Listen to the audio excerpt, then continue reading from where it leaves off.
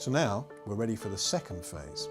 We've laid the foundation of being in a good mindset and having the ideal mind setting. M moves through to E, E for entrance, through the gateways of all the senses. There are only 5 gates through which learning content may gain access to our minds. These are the 5 gateways of the senses.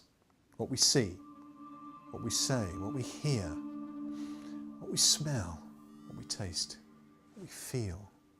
These construct our sense of what is true, of what is real, of what is useful. At the entrance stage, we must take care of 2 important matters. Firstly, we may layer the senses. Secondly, the style we use to frame access to the information. Imagine one as the quantity of the doors the information can flow in through, and the other as the size of the frame.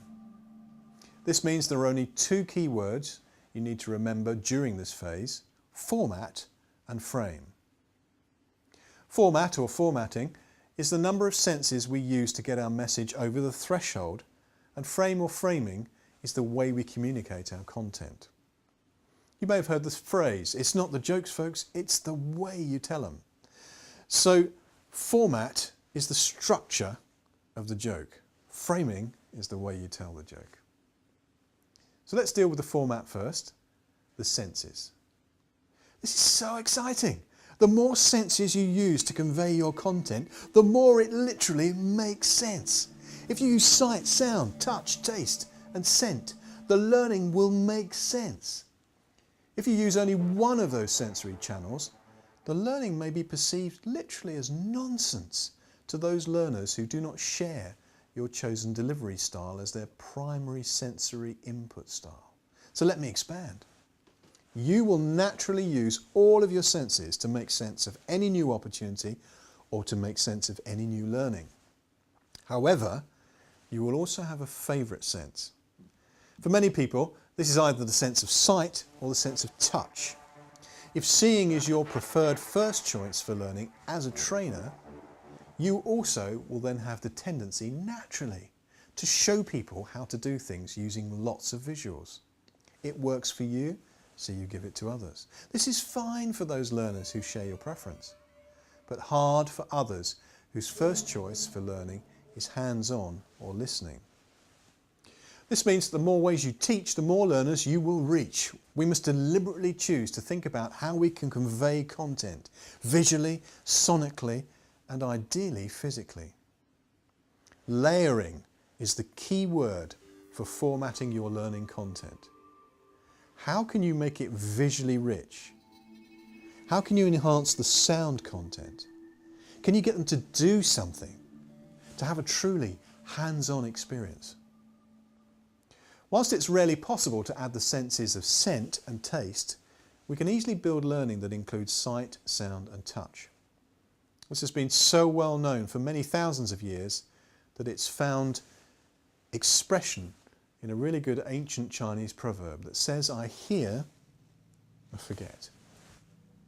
I see, I remember. I do, I understand. Socially and technologically, this is so important that it caused the song lyric, "Video killed the radio star," to resonate with many of us.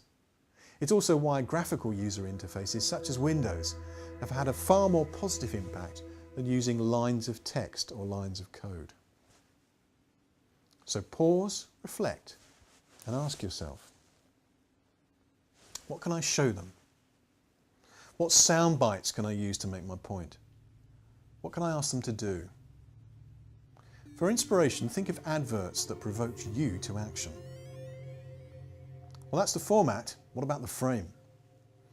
For the purpose of training, design and delivery, we need to recognise that some learners are extroverted and some are more introverted.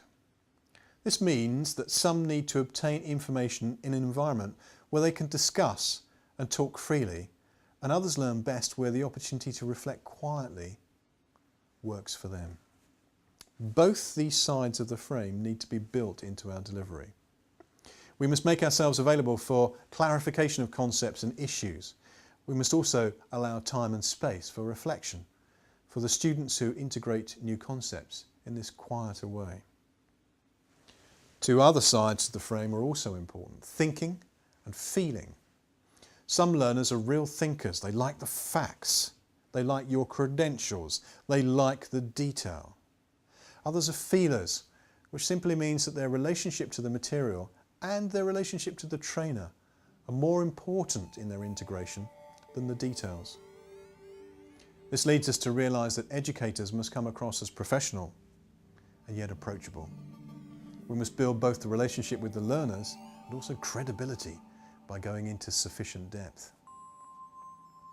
Practically, if we provide means for discussion and reflection, and if we provide both detail and respect for what the learners believe they want and value, we will keep most of the people happy most of the time.